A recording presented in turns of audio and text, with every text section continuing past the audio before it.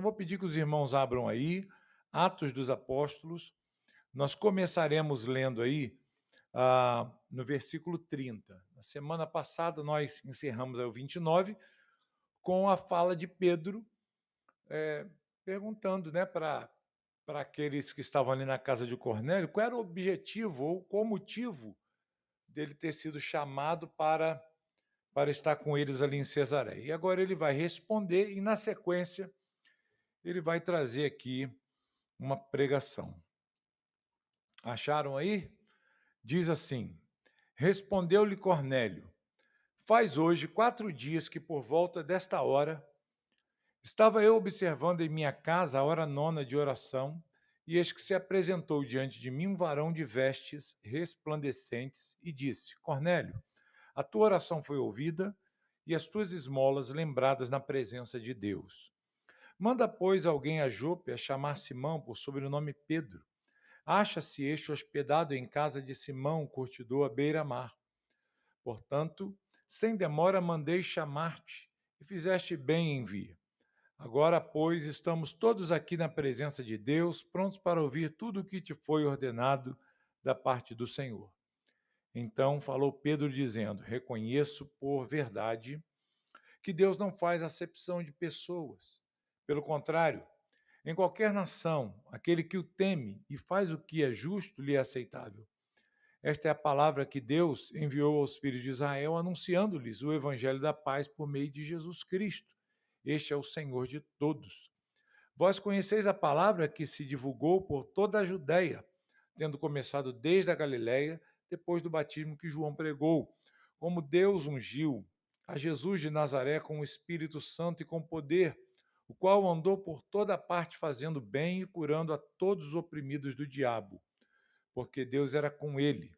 E nós somos testemunhas de tudo o que ele fez na terra dos judeus e em Jerusalém, ao qual também tiraram a vida, pendurando-o no madeiro. A este ressuscitou Deus no terceiro dia e concedeu que fosse manifesto, não a todo o povo, mas às testemunhas que foram anteriormente escolhidas por Deus, isto é, a nós que comemos e bebemos com ele, depois que ressurgiu dentre os mortos. E nos mandou pregar ao povo e testificar que ele é quem foi constituído por Deus, juiz de vivos e de mortos. Dele, todos os profetas dão testemunho de que, por meio de seu nome, todo aquele que nele crê recebe remissão de pecados.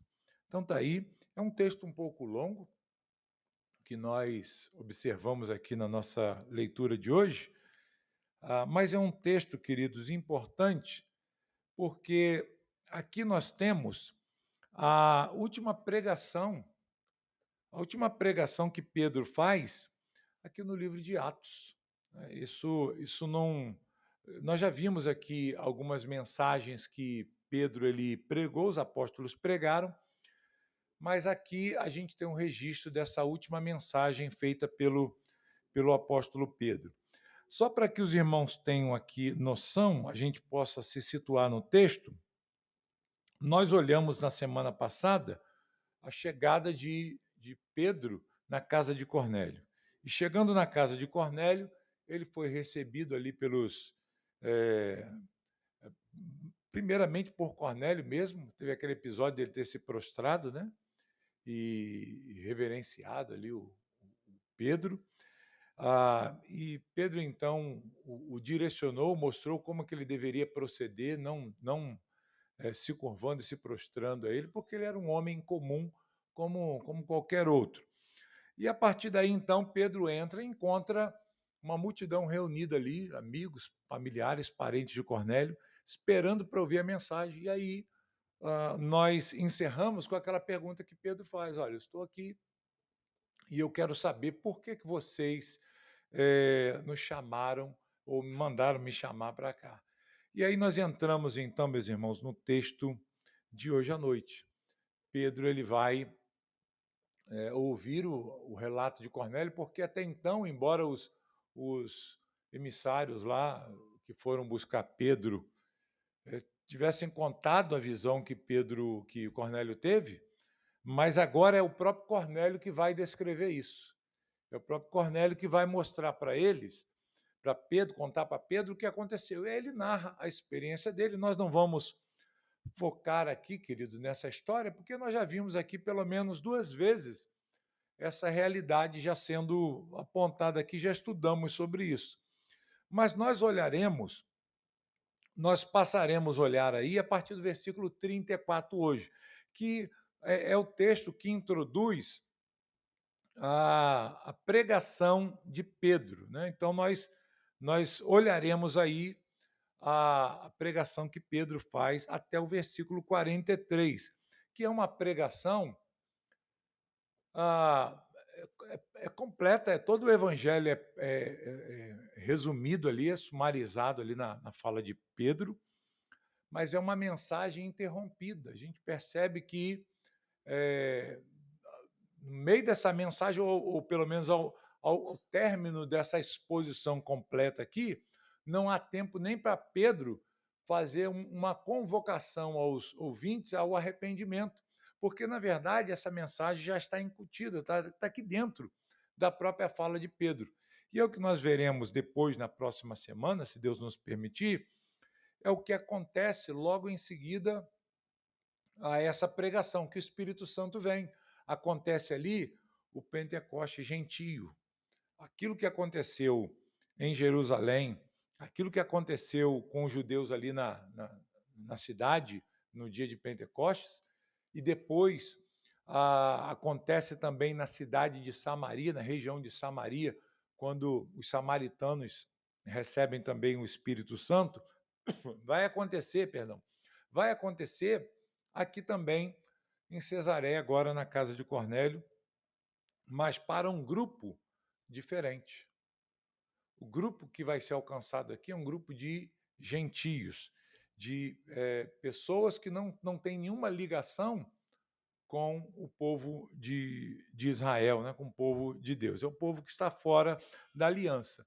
E as promessas da aliança, que a gente já viu aí em alguns estudos para trás, que começam, se iniciam ali, basicamente dentro do povo judeu, em Gênesis 12, com a promessa feita a Abraão, ela vai se cumprir, começa a se cumprir aqui agora. Então, irmãos, vamos olhar aí para o texto? Vamos olhar as divisões do texto? A gente sempre tem o objetivo aqui no nosso estudo de, para facilitar aqui o nosso estudo, a gente divide, né? A gente faz um esbocinho aqui do texto para nos guiarmos. Então, eu dividi aqui em 5 partes esse nosso estudo. Talvez a gente não consiga, né, olhar isso aqui tudo hoje, mas eu vou enunciar aqui para os irmãos que gostam de anotar as divisões do nosso estudo hoje. Vamos lá? Então, a primeira divisão é a seguinte: a mensagem do Evangelho comunica que Deus não faz acepção de pessoas. Esse é o primeiro ponto aqui. E onde é que nós encontramos essa divisão? Nos versos 34 e 35, tá bom? É um texto que vai falar da pregação de Pedro, é um texto que vai apresentar a mensagem do Evangelho sendo pregada, e as divisões elas são feitas exatamente tendo em vista essa mensagem do Evangelho, ok? Por que é importante nós conhecermos a mensagem do Evangelho? Porque nós fomos encarregados de pregar o Evangelho e não outra mensagem. Eu não posso pregar aquilo que eu acho legal. Eu não posso pregar aquilo que eu quero pregar apenas. Eu não devo pregar as minhas concepções, a minha visão de mundo. Eu tenho que pregar o Evangelho. E para que eu pregue o Evangelho, eu preciso conhecer o Evangelho, né? Então é importante nós conhecermos o Evangelho aqui. E esse texto aqui, ele é um texto pequeno, é uma mensagem curta que Pedro faz, mas nessa mensagem nós temos o Evangelho. Nós temos aqui o conteúdo do Evangelho. Então, esse é o nosso objetivo aí. Anotaram aí? Hoje eu estou meio ruim da garganta, né? Anotaram então aí o primeiro ponto? Vamos para o segundo? O segundo ponto aqui, a segunda divisão que eu fiz é a mensagem do Evangelho comunica que Deus, por meio de seu Filho, trouxe-nos a paz. Isso está no versículo 36, tá bom? Agora um trecho mais longo um pouquinho, do verso 37 ao verso 41, nós veremos que a mensagem do Evangelho comunica-nos que Jesus demonstrou sua divindade por sua unção, suas obras, seu sofrimento e a sua ressurreição. Então, nesses versículos aí de 37 a 41. Depois, a quarta divisão do nosso estudo fala que a mensagem do Evangelho comunica que Jesus foi constituído juiz de vivos e de mortos. Verso 42. E o último verso, verso 43, nos mostra que a mensagem do Evangelho comunica que todo o que crê em seu nome é perdoado. Então está aí o esboço do nosso estudo, fácil da gente entender. Entendendo isso aqui, queridos, nós temos o Evangelho inteiro diante de nós. São poucos versículos aqui, mas nesses poucos versículos nós encontramos o Evangelho. Então você precisa conhecer isso aqui para que quando você for pregar o Evangelho, falar do Evangelho para as pessoas, estas realidades aqui presentes estejam embutidas na mensagem, na pregação que você fizer. Então vamos ver o primeiro ponto aí. O primeiro ponto é a mensagem do Evangelho comunica que Deus não faz acepção de pessoas. Versos 34 e 35 estão aí na tela para os irmãos poderem olhar e acompanhar. Essa é uma declaração que Pedro faz diante do público que está diante dele, que é composto de gentios, e é uma resposta à declaração que Cornélio faz, de que um anjo do Senhor apareceu para ele, dizendo que as orações dele foram ouvidas, suas ofertas, e que foram aceitáveis diante de Deus, e que era necessário ele enviar emissários ali em Jope para trazer Pedro para pregar para ele. Então, quando Pedro ouve estas palavras de Cornélio, então ele chega a essa conclusão. Olha, Deus, certamente, ele não faz diferença entre judeus e gentios mais. Essa acepção aqui, ela não acontece. Deus, ele não trata de forma diferente judeus e gentios. Esse é o sentido aqui de acepção de pessoas, né? Porque para nós pode parecer estranho um pouco essa expressão aqui. Mas quando nós falamos de acepção de pessoas aqui, nós precisamos pensar naquilo que Pedro estava pensando. Pedro tinha em mente aqui uma acepção no sentido de nação, de povos, de raças. Ele está dizendo, olha, Deus ele não faz um tratamento diferenciado entre raças. Seja judeu, seja gentio, isso não importa mais, né? Deus ele não diferencia estas coisas. Há uma acepção que Deus faz? Isso é inegável, né? Nós observarmos isso, nós veremos um pouco lá na frente. Mas o que Pedro tem em mente aqui é essa acepção no sentido de pessoas, né? de raças. E a gente precisa ter aqui isso bem em mente, né? É um conceito racial, um conceito étnico. E isso, Pedro, inclusive, no versículo 28, se os irmãos olharem, nós já passamos por ele já demonstrou isso aí quando ele chegou logo, né? Ele vai explicar que, olha, não era permitido um judeu se reunir com um gentio, mas Deus mostrou para ele que isso não existe mais, né? Essa separação cerimonial já tinha sido quebrada. O judeu considerava o gentio impuro. E como eu disse aqui para os irmãos, na outra ocasião, impureza aqui é só no sentido cerimonial. E dentro do estabelecimento da nova aliança, isso foi quebrado. Então, Pedro está dizendo, olha, não há nenhum problema quanto a isso aí. Então, eu reconheço essa realidade aí. Vejam Romanos aí, se os irmãos quiserem olhar uma outra referência bíblica. Romanos capítulo 2, Paulo escrevendo à igreja de Roma, ele diz assim nos versos 10 e 11. Acharam aí? Romanos 2, 10 e 11. Glória, porém, e honra e paz a todo que pratica o bem, ao judeu primeiro e também ao grego, porque para com Deus não há o quê? Acepção de pessoas. Deus não trata com privilégio as pessoas, né? Deus não favorece ninguém aqui, essa é a ideia. Então, quando nós olhamos o conceito bíblico aqui presente na fala de Pedro, nós devemos ter em mente isso. O evangelho é para quem, queridos? É só para um grupo de pessoas? Não. O evangelho ele deve ser pregado para todos os povos. Ele não é apenas um benefício para os judeus. Ele é uma bênção que Deus concede a todas as nações da terra. É claro que Deus tem o seu povo eleito dentre todas as nações, mas não há apenas eleitos do Senhor dentro da nação de Israel. E a mensagem do evangelho nos comunica essa realidade aqui, né? Aquele que tem um coração voltado para o Senhor, que teme a Deus, essa pessoa é aceitável diante do Senhor. Você quer falar, irmão?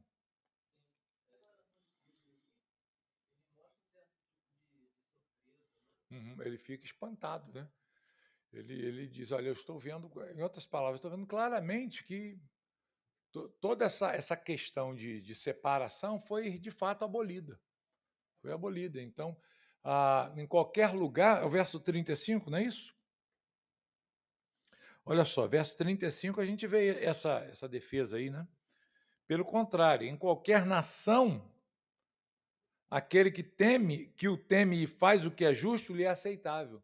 Então, é claramente aqui uma acepção no conceito de raça, né? De etnia. Então, não importa se é judeu, se é gentio, desde que o coração dessa pessoa tema ao Senhor e faz o que é justo diante dele, essa pessoa é aceitável diante do Senhor. Aqui a gente tem que tomar cuidado para a gente não tirar o versículo do contexto, irmãos. Porque isso pode, se você isolar esse versículo aqui, você pode presumir, talvez, que basta a pessoa ser uma pessoa boa, né? Uma pessoa fazer o que é certinho, basta que a pessoa ela tenha um comportamento direito e está tudo certo. Mas é isso que o texto está dizendo? Não, não. O que é temer a Deus e fazer o que é justo aqui no texto?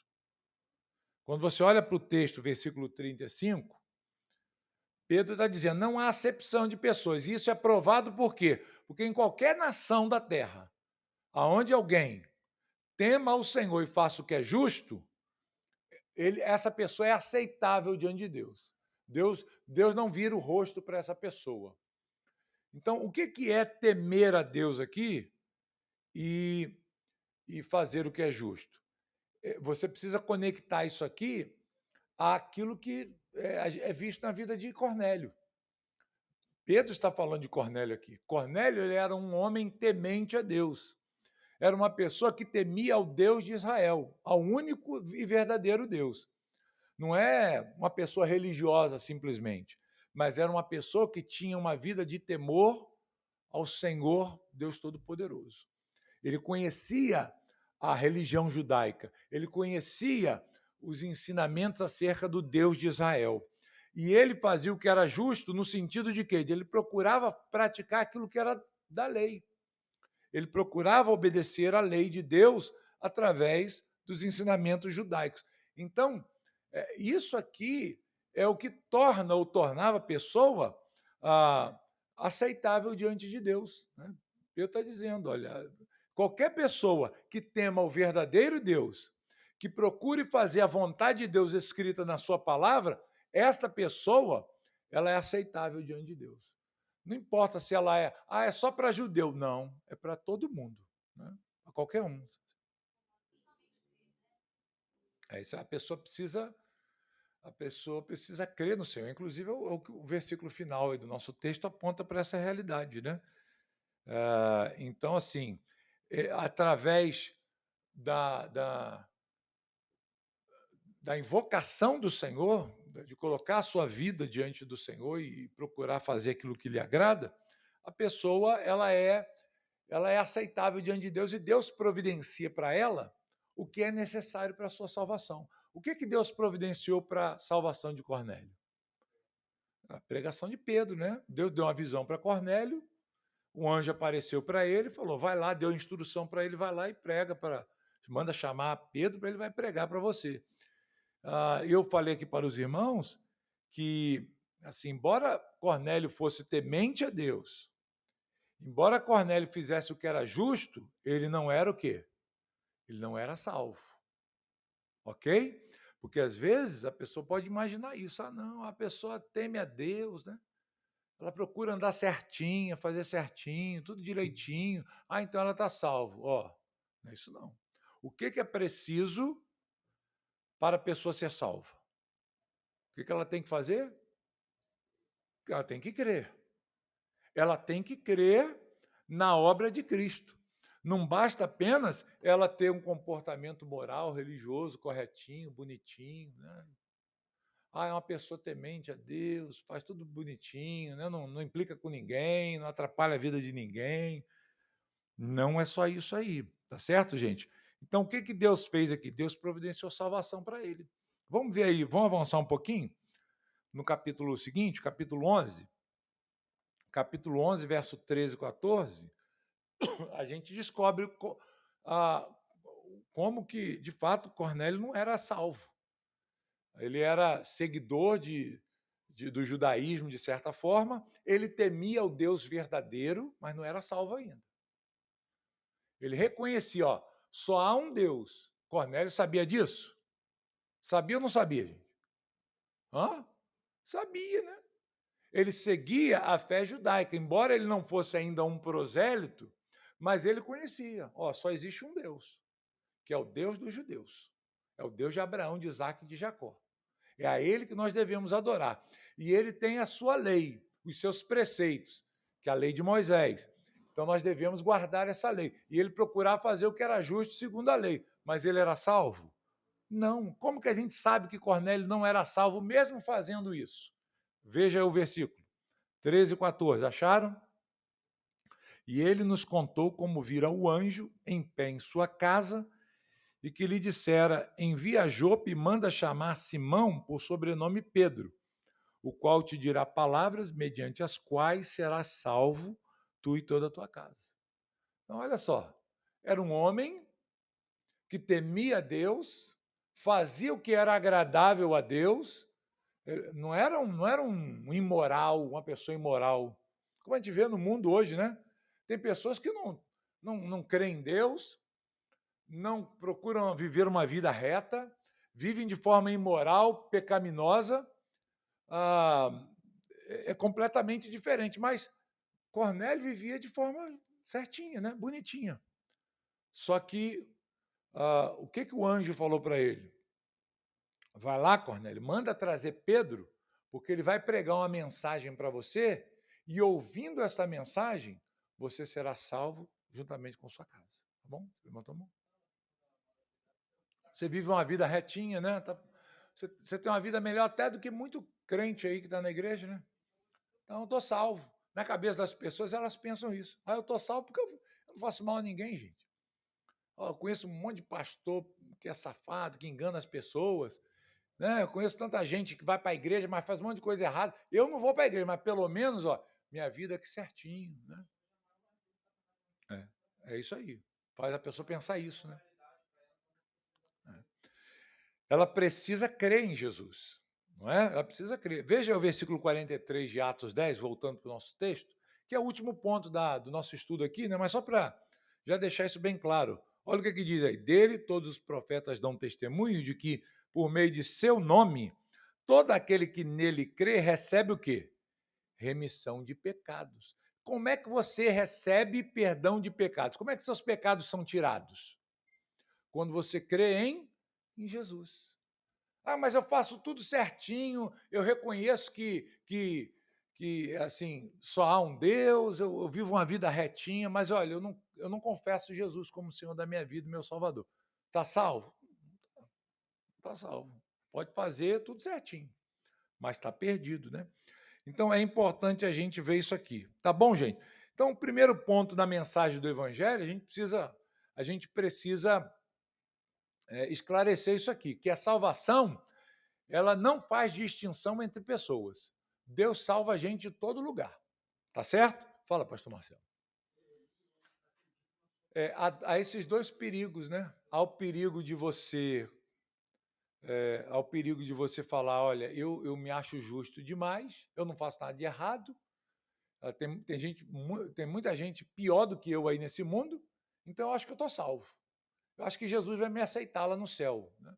E há aquelas pessoas que dizem assim, ó, não, eu vou ser salvo porque eu crio em Jesus e eu faço tudo direitinho. É Jesus e mais obras, né? É Jesus e mais as minhas práticas religiosas. E está errado do mesmo jeito. Né? É isso. É bom você frisar isso aí. O segundo ponto do nosso estudo aí no versículo 36 nos mostra que dentro da mensagem do Evangelho, queridos, é comunicado que Deus, por meio do seu Filho, nos trouxe a paz. Veja o versículo 36, diz assim, esta é a palavra que Deus enviou aos filhos de Israel, anunciando-lhes o evangelho da paz, ou seja, a mensagem da paz. O que é o evangelho da paz? É a mensagem que comunica que a hostilidade que havia, a separação que havia entre Deus e o homem foi quebrada, foi abolida na pessoa de quem? Na pessoa de Jesus, na pessoa de Cristo, seu Filho amado. Paz aqui, o evangelho da paz, não é essa paz que você imagina, vou ter uma vida tranquila, sem problemas, uma vida zen, né? Tudo de boa, sem problema algum. Não é esse tipo de paz. A paz mundial, né? Olha, o mundo vai viver em paz, vamos dar as mãos aqui, vamos viver em tranquilidade uns com os outros. Não é isso. Paz aqui significa o quê? A restauração do nosso relacionamento com quem? Com Deus. E isso é feito através de quem? De Jesus. Então, não adianta a pessoa pregar a mensagem se ela não mostrar isso, que é por meio de Cristo Jesus que nós somos reconciliados com Deus. E Pedro está preocupado de, na sua mensagem aqui ali na casa de Cornélio, naquela sala, falar exatamente isso. Olha, esse é o testemunho que é dado. Essa é a palavra que Deus enviou aos filhos de Israel, anunciando-lhes o quê? O evangelho da paz por meio de Jesus Cristo. Este é o Senhor de todos. Né? Então, não há não há paz sem uma reconciliação com Cristo. Não há como você escapar dessa realidade de condenação se não for por meio do evangelho da paz, da mensagem da paz, que é o próprio Cristo, que é o próprio Jesus. Então, isso está contido na mensagem do evangelho. Pedro está mostrando isso. Vamos ver o terceiro ponto aqui do nosso estudo, que está aí, é um texto mais longo, do 37 ao 41, que diz que a mensagem do evangelho comunica que Jesus demonstrou sua divindade, e a gente vê isso aonde? Na unção que ele recebeu, né? Ele foi ungido por Deus, e aqui a gente vê a Trindade presente, né? A gente vê a sua divindade através das suas obras, do seu sofrimento e da sua ressurreição. Por que nós precisamos anunciar isso, irmãos? Porque Jesus não é um homem qualquer. Jesus é o próprio Deus encarnado que levou sobre si os nossos pecados. Há na cabeça de muita gente a ideia de que Jesus veio só como um mestre nos ensinar a vida correta. E nós não podemos nos prender a essa filosofia. A palavra de Deus, o Evangelho, a mensagem do Evangelho deve comunicar quem Jesus é. Ele é Deus. Ele é um ungido de Deus, ele é o Salvador. Ele veio a esse mundo, ele se fez carne, ele tomou a nossa natureza, ele sofreu as nossas dores, ele foi punido pelos nossos pecados ali na cruz, morreu e ao terceiro dia foi ressuscitado. Não é isso que diz o texto aí? Vamos então olhar, irmãos? Pedro vai dizer esta realidade. Olha o versículo 38 aqui. Como Deus ungiu a Jesus de Nazaré com o Espírito Santo. A Trindade aqui. Deus Pai ungindo o Filho, seu próprio Filho, por meio do Espírito Santo. E com poder, o qual andou por toda parte fazendo bem e curando a todos os oprimidos do diabo. aqui fala das obras de Jesus. As obras de Jesus denunciam ou anunciam, proclamam quem ele é. O que ele fez, irmãos, só Deus podia fazer. Milagres, sinais, maravilhas, ressuscitar mortos, dar vista aos cegos, curar os aleijados, tantas bênçãos, multiplicar pães e peixes, né? Alimentar uma multidão, tantos sinais que dão provas da sua divindade. E essa capacitação veio para ele pelo próprio Pai, na descida do Espírito sobre a sua vida, para que ele pudesse exercer esse ministério. Foi só isso, queridos, que ele fez? Porque Deus era com ele. E nós, verso 39, somos testemunhas de tudo que ele fez na terra dos judeus em Jerusalém, o qual também tiraram a vida, pendurando no madeiro. Então, aqui, o evangelho anuncia também o quê? A morte de Jesus. Por que Jesus foi para a cruz? Ele foi para a cruz porque ele precisava carregar ali os nossos pecados. Ele precisava ser morto pelos nossos pecados. E Pedro, embora ele comece a sua mensagem aqui dizendo, olha, vocês sabem do que eu vou falar aqui, mas ainda assim ele fala. Por quê? É necessário que na pregação do evangelho você mostre essas coisas. E Pedro está dizendo, olha, Cristo, ele veio a esse mundo, ele é o Filho de Deus, ele foi ungido com o Espírito Santo, ele fez sinais e maravilhas na terra dos judeus, vocês sabem disso, e ele foi morto ali pelos próprios judeus. Ele padeceu numa cruz, ele foi pendurado num madeiro como um maldito de Deus. E diz o quê? Verso 40, a este ressuscitou Deus no terceiro dia e concedeu que fosse manifesto, não a todos, não a todo o povo, mas às testemunhas que foram anteriormente escolhidas por Deus, isto é, a nós, que comemos e bebemos com ele depois que ressurgiu dentre os mortos. Então, o que a mensagem do Evangelho, irmãos, deve comunicar? Deve comunicar que Jesus é Deus, que ele foi ungido pelo Pai com o Espírito Santo e o capacitou para realizar todas as coisas que ele fez no poder de Deus. Ele foi morto pelos nossos pecados, mas o próprio Deus o ressuscitou da sepultura, dando provas de que o seu sacrifício foi agradável, foi aceitável ao Pai. E isso foi provado pelas testemunhas que presenciaram esses fatos. Ele vai dizer, olha, Jesus não apareceu para todos, mas apareceu depois da ressurreição para os seus, para os crentes. Paulo vai dizer que ele, de uma só vez, apareceu para mais de 500 irmãos. Então, foi uma aparição, não para uma pessoa ou duas. Ele apareceu para os 12, para Maria, lá no túmulo, né? para a igreja reunida ali no cenáculo, depois. Na Galileia, mais uma vez, ele se manifesta. E ele vai dizer, olha, mais de 500 irmãos viram Jesus ressuscitado. Tem uns que vivem até hoje. Se você quiser lá perguntar se é verdade ou não, você pode ir lá e conferir com ele. Então, isso são provas de que ele é Deus e que ele ressuscitou mesmo, ok? Entenderam até aqui, gente? A mensagem do Evangelho? Fala, irmão. Uhum. Foi anunciado, né? E foi visto por eles, né? Então, assim, é um sermão, queridos, pequenininho, né? É um sermão o sermão de Pedro aqui, que é miudinho. Mas nesse pequeno sermão tem tudo ali que precisa conter um sermão para anunciar o Evangelho. Ok? Então vamos ver mais 2 pontos aí para a gente encerrar? Faltam 2 pontos aí para a gente ver da divisão do nosso estudo. É aqui, versículo 42 e 43 agora, né? São os 2 versículos finais. Vamos ver aí, o versículo 42 nos mostra que a mensagem do Evangelho comunica que Jesus foi constituído juiz de vivos e mortos. Isso aqui precisa ser anunciado no Evangelho. Quem Jesus é?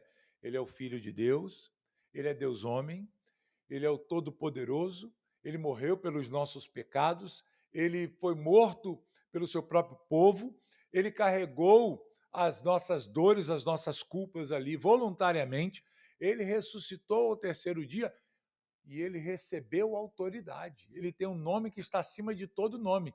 Ele é juiz de vivos e de mortos. O juízo virá. E aqui, queridos, A, a mensagem do Evangelho, a gente percebe aqui a parte difícil, né? Porque um dia as pessoas deverão encarar esse juiz. As pessoas estarão um dia frente a frente com Jesus. E muitas pessoas acham, o incrédulo principalmente, o descrente, ele acha que quando ele estiver diante de Jesus, Jesus vai dar um abraço nele, né? Vem cá, pode entrar, que saudade de você. Não é assim que a gente vê aí nas postagens do Facebook e Instagram? Sempre que morre aí uma personalidade aí da mídia, aí o pessoal faz lá uma chargezinha, né? Jesus lá no céu de braço aberto, recebendo lá o artista famoso que morreu, que nem era crente, né? Era incrédulo, ímpio, mas está lá abraçando, né? Jesus, vem cá. Aí você olha assim, meu Deus, esse camarada aí era uma peste, né? Era um incrédulo, era um ateu, mas está lá agora Jesus abraçando ele e está recebendo. Jesus recebe todo mundo. Na cabeça das pessoas aí fora, todo mundo que morre vai para o céu. Não é? É ou não é? O que você precisa para ir para o céu? Só morrer. No dia que você morrer, você vai. Você vai chegar lá, né? São raros aqueles que falam assim, não, esse aí foi para o inferno. Porque às vezes a pessoa é tão má mesmo, né? Tão terrível. Fala, isso aí não tem jeito, não. Isso aí vai direto para o inferno, sem dúvida. Mas a grande maioria pensa o seguinte: não, eu morrer vai para o céu, tá com Deus, né? Que Deus o tenha em um bom lugar, né? Ó, fica olhando aí por nós também, de onde você estiver, fulano. A pessoa pensa isso. Mas é isso que o texto bíblico diz? Jesus, queridos, ele foi constituído juiz de vivos e mortos. É quem julga. E naquele dia, as obras de cada um serão apresentadas no tribunal de Cristo. E as pessoas terão que dar contas. E isso precisa estar apresentado na mensagem do Evangelho.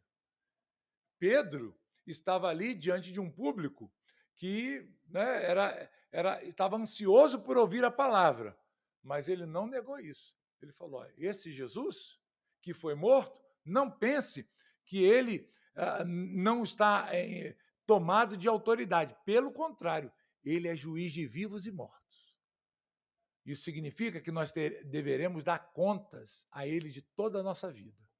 E a pergunta é: como é que você vai encarar esse soberano juiz, esse juiz justo e santo? Então, a mensagem do Evangelho mostra essa realidade. E qual é o último ponto aí do nosso estudo? Qual o que mais a mensagem do Evangelho nos comunica? Ela nos comunica que todo aquele que crê em seu nome é o quê? É perdoado. Versículo 43, não é isso?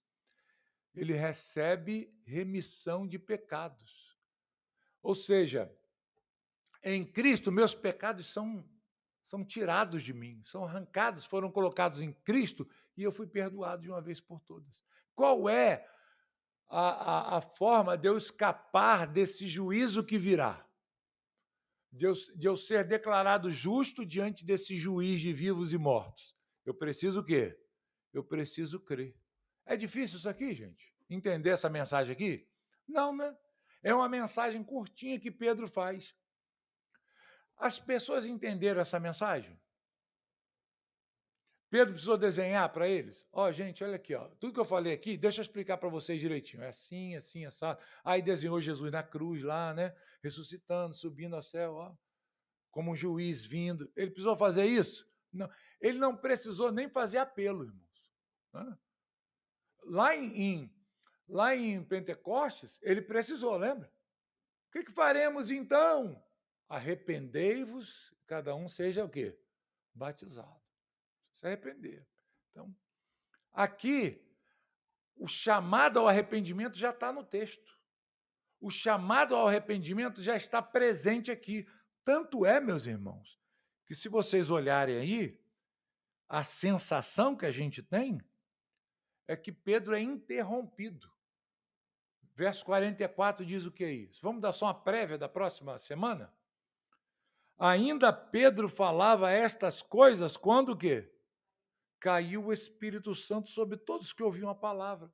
Pedro ainda estava pregando, não terminou o sermão, eu acho que ele queria falar mais. E aí, de repente, o que aconteceu? O Espírito de Deus veio sobre eles. Pronto, Pedro, você já falou o que tinha que falar, já é suficiente. Deus já regenerou o coração daquelas pessoas, Deus transformou o coração daqueles ouvintes ali. Eles, na mesma hora, ouvindo essas coisas, entenderam. Eu creio. Eu creio que Jesus é o Filho de Deus. Eu creio que Ele é o meu Salvador. E quando creram, o que aconteceu a eles? Receberam o Espírito Santo. Foram cheios do Espírito Santo ali. E é o que nós veremos depois aí, né? Que é o Pentecoste gentio.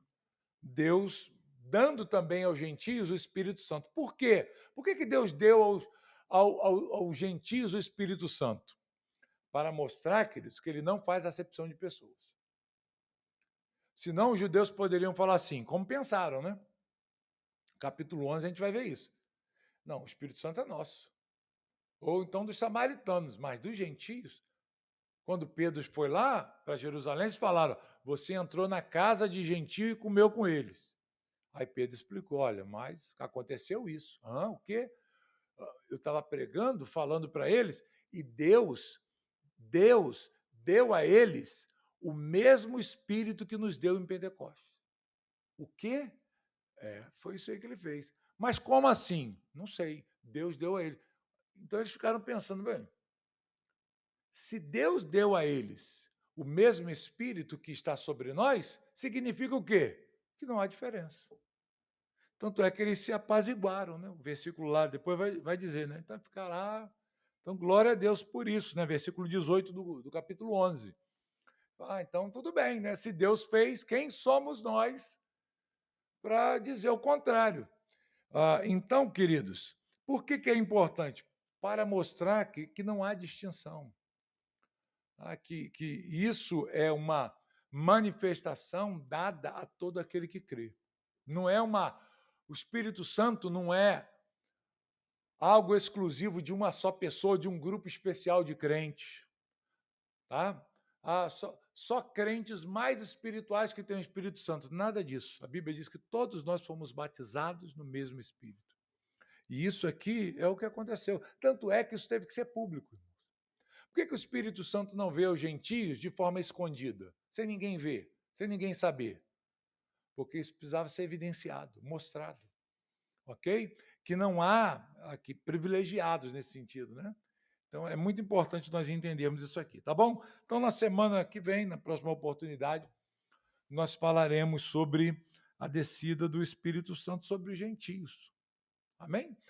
Alguma dúvida? Alguma pergunta? Alguém quer falar alguma coisa? Todos entenderam? Facinho, né? Foi fácil o nosso esbocinho do estudo de hoje. Muito bem. Aprenderam aí o Evangelho? Grava isso, né? Quando você for pregar o Evangelho, grava esse textinho aqui e deve conter na mensagem do Evangelho, deve conter essas coisas aqui. Não precisa fazer uma pregação grande, não. Mas desde que você comunique e apresente essas verdades aqui, a pregação ela é fiel. Então vamos orar, irmãos, para a gente encerrar essa noite.